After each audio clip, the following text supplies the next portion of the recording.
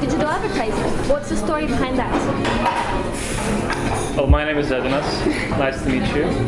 As mentioned, I'm graduated from LCC. I'm just a person as you guys are. It just happened that I liked design once I was 18 years old, and afterwards, naturally, it all developed into the activities we are currently doing right now. And currently, we live in Vilnius, in Lithuania. We've been living in Vilnius for the last 16 months or so. So that answers part of the question. But prior to that, we've been traveling and working. We lived a bit in Australia just to expand our horizons a bit. Currently, we realize that we have to prioritize work, but at the same time, when possible, travel as well. Wow, thank you. Yeah, thank you. And Laima, what about you? I'm Laima. I haven't studied in LCC. However, I kind of know a lot about this university already. Probably even more than my own, maybe, I guess. I spent a lot of time at LCC already. I studied actually political science. It has nothing to do with digital marketing. However, I ended up working in digital marketing. It kind of also happened like Edvinas said, it just naturally evolved into that. After graduating, I managed to find a job as a junior in digital marketing at one big company, and then everything just evolved from that. As it normally does. Yeah. So you wouldn't say that having the degree that you have, you will not probably use it in the future. There's a possibility to use other knowledge to get a job in another sphere, like Yeah, well, I did have a little bit of experience in communications because I used to write articles to a magazine before starting that job, so it kind of probably helped me to get that job in digital marketing because I had some experience that's related to that. However, yeah, I don't think that like you must do whatever you graduated from afterwards. You can definitely find other jobs if you figure out that you're actually interested in something else. Yeah. Wow, thank you. That's pretty gives us hope. Gives us hope for all of us. Well, to be honest, from my personal experience, I studied business administration at LCC, and I was a bit rebellious when I was studying. I was trying to see how this will help me during my studies, of course. Afterwards, I graduated. I did indeed need you not normally need all the information instantaneously. It happens that you need that information, let's say in 5 years, 6 years, once you happen to be in that position where you will need to drag your rover of knowledge and get back to LCC times and remember what you learned there. So, but I do still find myself taking advantage of the information I got in LCC, and I think the beneficial part is that I wasn't studying how to be a perfect accountant, because that's not a type of person I am. Some people, they actually do prefer to study, let's say, how do I become a professional lawyer and focus only on that, and that's actually really good. We need professionals in our life, but some people, they just want to be not one-dimensional, multi-dimensional, maybe not experts at one thing, but basically being able to do many things. If not at the expert level, then close to that. And that's what LCC does. It's liberal arts, so you have different kind of branches. Yeah. You have to study business, but you kind of branch out into other fields, yeah? For some types of people, that's really good model of education. It's not for like, I know people who are not satisfied with the knowledge they got, but at the same time, I'm picking on them, saying to them that, well, you should have picked studying what you actually wanted to then, because if you know specifically what you want to study, then go for it. Yeah, thank you. Yeah. This is pretty interesting, but now you are involved in graphic design, mostly you, Edvinas, and you are into marketing. But maybe you can give us insights about your work, what do you like the most, how like the experience in your company, how did it get started, where did you start, and how did you end up in Vilnius currently? Well, as I mentioned, I started as an amateur, doing stuff for free, like 10 years ago. Like, do you want graphic design? Please, I'll do it for free. It wasn't that bad, but yeah, I was doing work for free basically, as I saw that as an opportunity to improve my skills. And that helped me to build my portfolio, become more professional in what I do. It wasn't really professional after 2 years of me practicing it, because at the same time I was self-taught as I was studying in LTC at that time. But with the power of internet, especially these days, it's super easy compared to what it was like 10 years ago. Now we have tools like, well, you can just go online and buy a course. It's as simple as that. So back in the day, it wasn't that simple, but there was information which I managed to find and learn from. And then, of course, I started working professionally after graduating. Then we got some international experience while working in Australia, and afterwards we decided to just do the same thing, but manage our daily lives ourselves, as we're capable. Like, we realized that we're capable of offering quality services.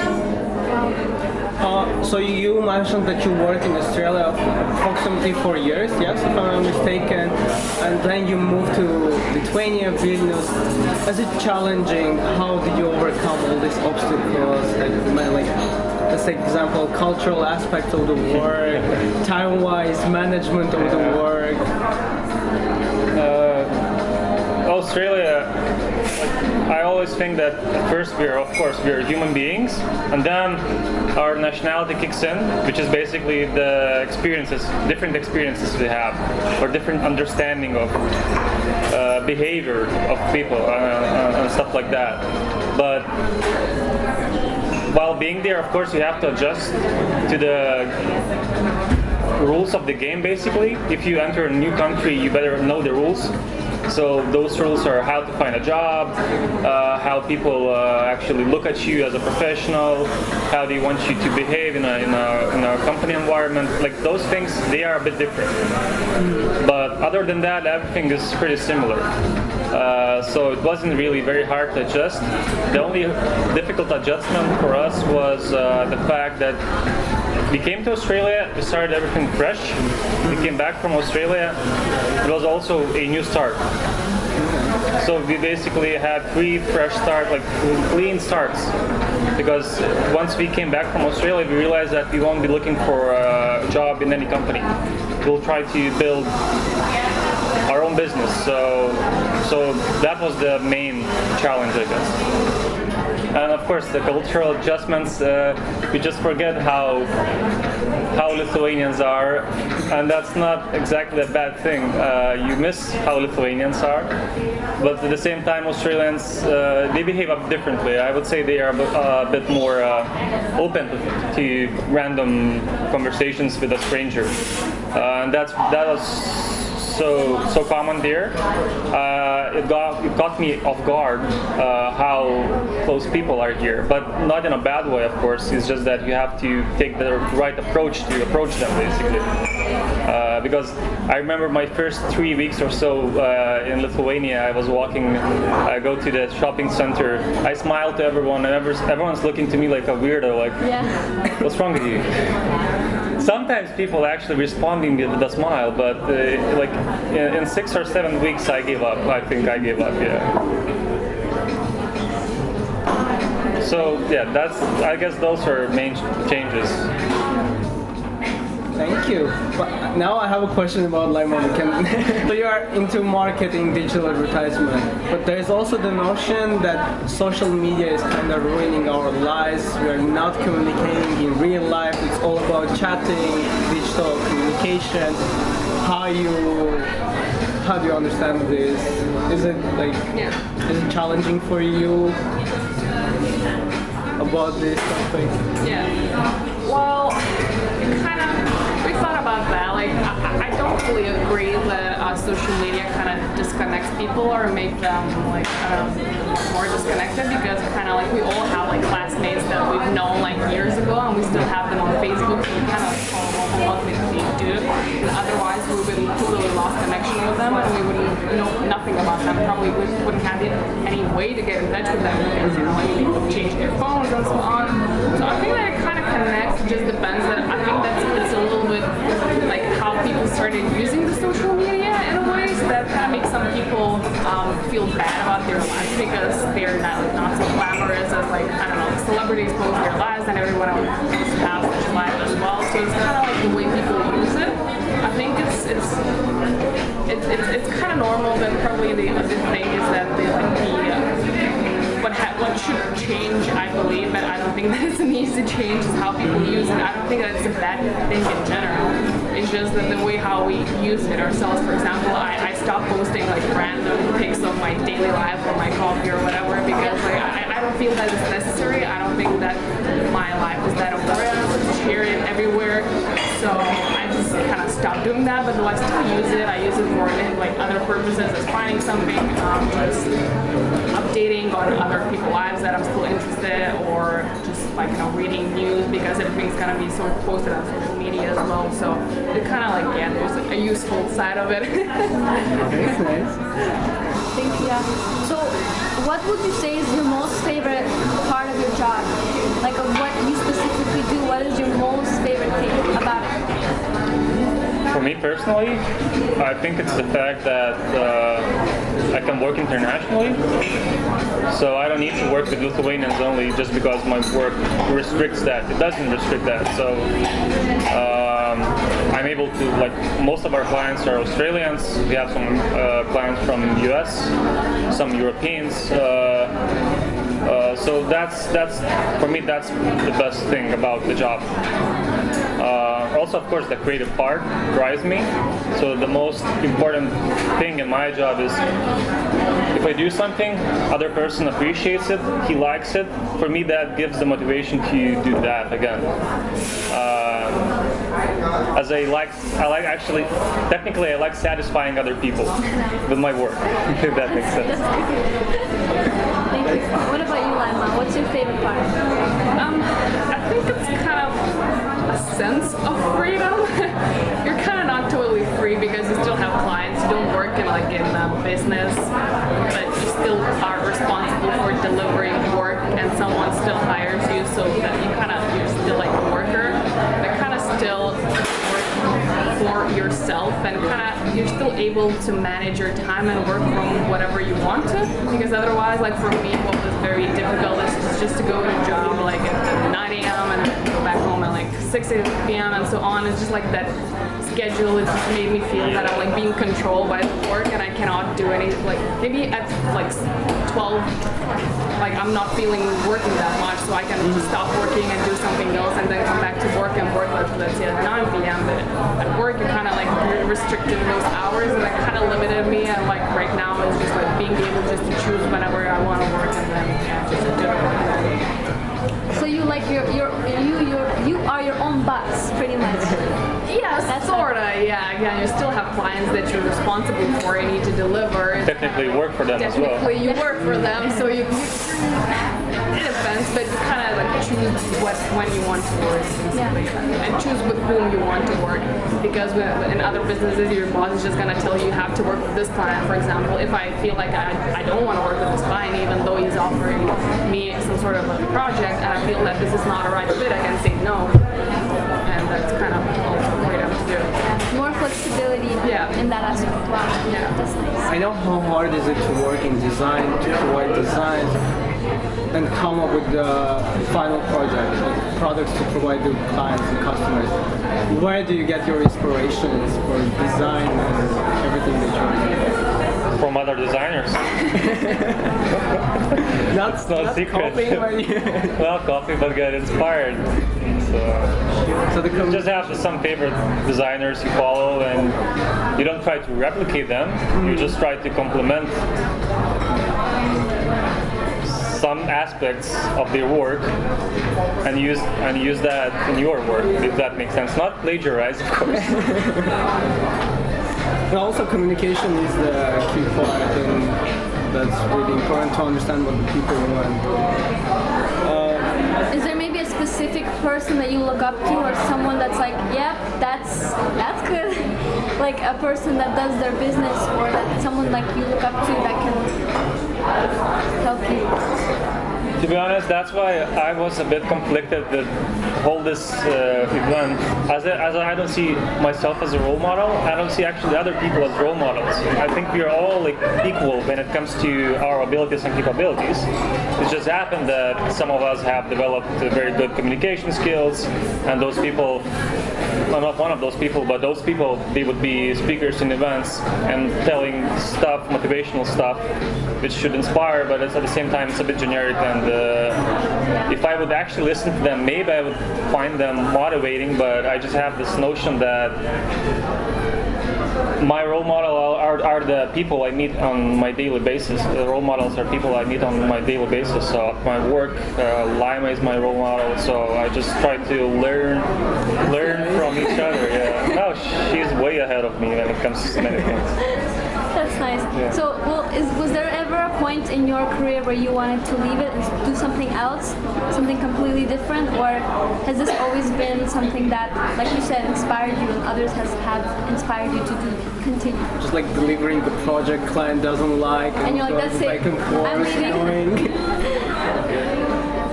Well, kind of, probably yeah, there has been some times in life because, like, you know, there's always difficulties in what you do and so on, and sometimes there hasn't been a moment that, for example, like something failed and you're like, no, I'm quitting this, I'm going back to a normal job and so on. It's just like sometimes you start thinking that you might want to start doing something else. But I think it's normal because you kind of like evolve, you grow, and people like just want to grow and start doing new things. It's kind of start to get boring when you do the same thing all over again, even if it's a new project. So what I'm trying to do is just to like evolve, try to find new clients and so on. And of course, we're thinking about like doing something else in maybe a couple of years or so on, just like creating something that would create a sustainable income that not actively doing some working, just and do something out of pure passion as well. Yeah. Like we have ideas of, like you're seeing that there's lack of, in ways, there's lack of entertainment for Lithuanians. There are a bunch of things you can do, but there's still a huge demand. Like if there's something new opening, let's say there's a new adventure park in Vilnius, it's always full, it's always crowded, overcrowded actually, and you see this demand, and you have ideas and you're thinking that one day I'll actually try to implement that idea, just not out of pure profit point of view, but out of creating, like providing someone happiness, as I discussed before. That motivates me at this moment actually. So we're looking towards the future, happy what we do, but always looking in ways in which we can improve, do something maybe even more meaningful or useful for others. Wow, thank you. So inspiring. I wasn't trying to. It's inspiring.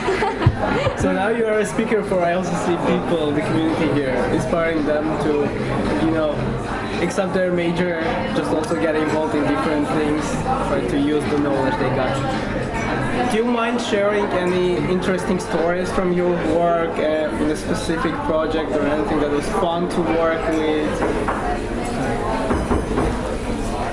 I mean, we have activities which are fun in our work. We have fun projects. Well, for me, every project project is fun in a way.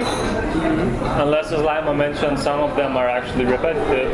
So if you have a client, long-term client, it becomes much more technical than creative. For me, when it becomes technical, it's much less fun than when it's creative. So every new client, a new project which I can work with, which is basically I have to do something fresh for them, I have to reinvent the brand or something, it's fun. For me, every client is fun. If it's a new project, if it's the same client that I have to do new material for them, it's more technical, as I have developed the brand style and stuff. It's diminishing returns. If it's a new client, then it's a whole new different story, of course. So, coming back to LCC again, and the company you are currently involved in, urban base. Like, how did LCC help you? How your education, major international business helped you to establish the company, make it grow and expand? Basically, I guess, as I mentioned before, I'll do liberal arts speech right now, which I cannot actually pronounce it correctly. But Nobody can. nobody can. Yeah? Nobody can. It's not designed for Lithuanians and people alike. Yeah. Just basically 4 years in university. With people who are not only Lithuanians, for me personally, that helped a lot. When I went abroad, to live abroad, explore abroad, I already knew what to expect as I met various people from different parts of the world. So you don't think that as a huge benefit while you're here, but once you leave your common surroundings, it's important. Of course, you could say it doesn't take 4 years to learn that. If you could go abroad, you would get used to that in 1 month and understand that in 1 month, but it's still a huge benefit as relationships you make here is also important. Let it be even in business. If you want to do business, you can use those relationships. As people who graduate university in LCC, I know a bunch of people they actually, quite a few of them are business owners, and quite a few of them have actually either recommended us or inquired about the services. So it's also a business opportunity if you do networking in LCC. So there are various ways, of course, how we can use this time while studying. And the knowledge, as well as I mentioned, you get to touch different aspects of, you don't get very deep into them, but you get different aspects of life. And that's good. That's good. How do you do it specifically? What's the first step you take, or what are the steps that you take to find a connection or to meet somebody, make a deal? Yeah. Was it just writing emails, or is it connections, going to meetings? Emails don't work. Don't try that. Don't do emails. They don't work. They just end up as spam eventually, and nobody will actually read those. Unless you're super lucky, of course. But to be honest, actually, while I was a student, for me that was very important to hear. As I was thinking of my own business, and there's a guy who owns a digital company. He does websites. I think that's like 6 years ago. I was sitting in a seating like you guys, and I was listening to one guy. And I was asking him a question: how do you get clients? And he didn't actually respond me normally. He's like, Secrets. Almost like that. Yeah. But in reality, there's no secret. You think it's difficult, you think it's complicated, but it's super basic and simple, primitive in a way. It's as simple as just doing quality service for someone. Simple as that. And the long-term effect is that you'll be recommended, and those recommendations will exponentially grow, multiply into 2 recommendations. So those 2 people will recommend you to 4 people, and eventually you won't need to do any kind of marketing. So this is what happened to us basically. We haven't done any kind of marketing, to be honest. We just use our connections, and afterwards it just grew based on recommendations. So you just have to be sure you can offer quality service. Yeah. Probably I can add a little bit. Yeah, please. Of course. I can try and be a little bit more specific. Really? She's going to talk about newsletters and stuff. Well, probably like with us, what happened is that when we moved to Australia, so we managed to get like jobs that in what we actually do. So I managed to get a job at a restaurant and did a marketing for that restaurant. And he got a job at a print shop, and he was graphic designer there. So we kind of just started there. We managed to find a good job in there, and then after leaving Australia, they asked us to stay, but we didn't want to stay because we were thinking that we just want to travel for now on. And then when we came back home, just as Edvina said, it was just a connection because we did a really good job at creating relationships with our bosses there. So they wanted to continue working with us. So for example, Edvina's boss asked him if Edvinas could do a little bit freelancing work for him because he was good at what he does and his new designer wasn't as good. So he was just asking if Edvinas could help out as well. And my previous boss as well, he said after a year, he said he was looking for a new person but couldn't find anyone, and he got back to me as well and offered me to work just from overseas. So basically, just what helped is just connecting with people and doing a good job. You just basically do a good job, and maybe that person is gonna recommend you or gonna ask you to come back. And that actually those offers helped us to get a little bit of income that helped us to live off of that a little bit. And then again, Edvina's new connection from Lithuania, he reached out to us and asked if we could help him out with one project. So we got a little bit of income out of that, and we just kind of started expanding, learning a little bit more and more. And then we've also had profiles on internet, so they're like those platforms where freelancers can sign up and offer their jobs to work for someone. So it's kind of like it gets easy from there if you actually, again, if you do a really good job. It's just the matter of getting the first gig. Yeah, the first gig is the hardest. Yeah, and then you're gonna get if you're gonna get a good review, others gonna see that, and then again gonna invite you for more jobs and so on. So it's kind of rolled over to that, and currently it ended up in us expanding a little bit more because I couldn't take on any more work, and currently manage, I don't even know how many businesses accounts, probably like over 50, and it just rolled from that and just started probably I would say it's just you need a first gig, and then someone's going to recommend you, someone's going to see your work, and someone's going to hire you again, and then you're going to get good reviews, and then you're going to get better, of course.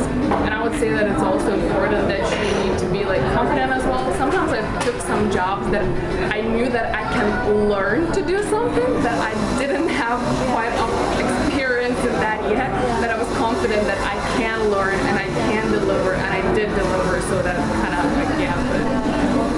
With this flexibility, freedom, how do you stay productive? What's the secret? A lot of coffees? What? Too much coffee is bad for you. Too much coffee is not that good. Probably just knowing that I need to be responsible, and I know that if I said that I'm going to do something, I just have to do that.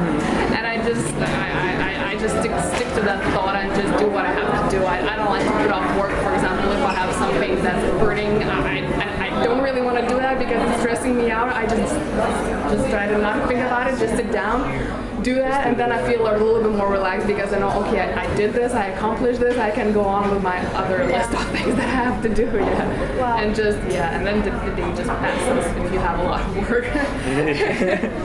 So some of the skills that you learned yourself, what skills were they? Because you said at some jobs they would say, okay, we require this of you, and you would say, well, I don't know how to do it, but I can do it. So what skills were they, or when you have those moments, were they challenging to you in a way where you said, okay, I don't know how to do it, but I can learn. So how was that experience for you? Well, since I didn't study marketing, so everything that I know I've learned on my own. I didn't have any courses or anything, and just spent a lot of time reading a lot of blogs and just and I was hired for my first proper job because I knew a lot about marketing. I didn't have experience in it, but I knew a lot about it. So because when he asked me a lot of questions about it, I was able to answer it, even though I did not have experience in that, and I didn't know how that's gonna actually work, my knowledge, if it's applicable or not. But then I started working, I started seeing what works and what doesn't, and getting a little bit more and more experience using different tools, using different tactics, strategies, approaches, and so on. And when I said sometimes I was not sure, I did not have experience in something, but I said that I can do it. Like for example, when you have more and more experience, you don't, for example, use a specific tool, but the other tools are very similar. So even let's say client asks you if you've ever worked with this tool, or if you can help me working with this tool, I would say yes, if I have worked with similar tools before, because I now understand how they work, and it's just about a matter of the interface, how I'm going to be using that and so on. Is it similar for you Yeah, also? totally. Or how? When it comes to tools, especially, very similar. There's a bunch of tools, and if you work with American companies, they would say, do you know Sketch? And I don't work with Photoshop, but I know what Sketch is, and I would say, yes, sure. Because the interface is different, but functions are the same. So all you have to do is learn the interface. So you would teach yourself Yeah. how to do it? Yeah, I mean, I guess we're quick learners, not sure, but it takes an hour or so, and you're comfortable with what you're working with. Yeah, but it's pretty simple when it comes to, as everything is pretty repetitive. If you go online, let's say you want to create, let's say, a landing page, and there's a bunch of platforms you can use. And you would think that if you know one platform, then learning another platform is complicated, and your client thinks that. And he's looking specifically for someone who knows that platform. And he will be super serious about questioning you if you know how to work with it. And I would be super serious answering that, yeah, but actually I never worked with it, because I know it's super simple to learn how to use it. So some people, they don't understand that there's not much to pick up if you're currently working with similar platforms.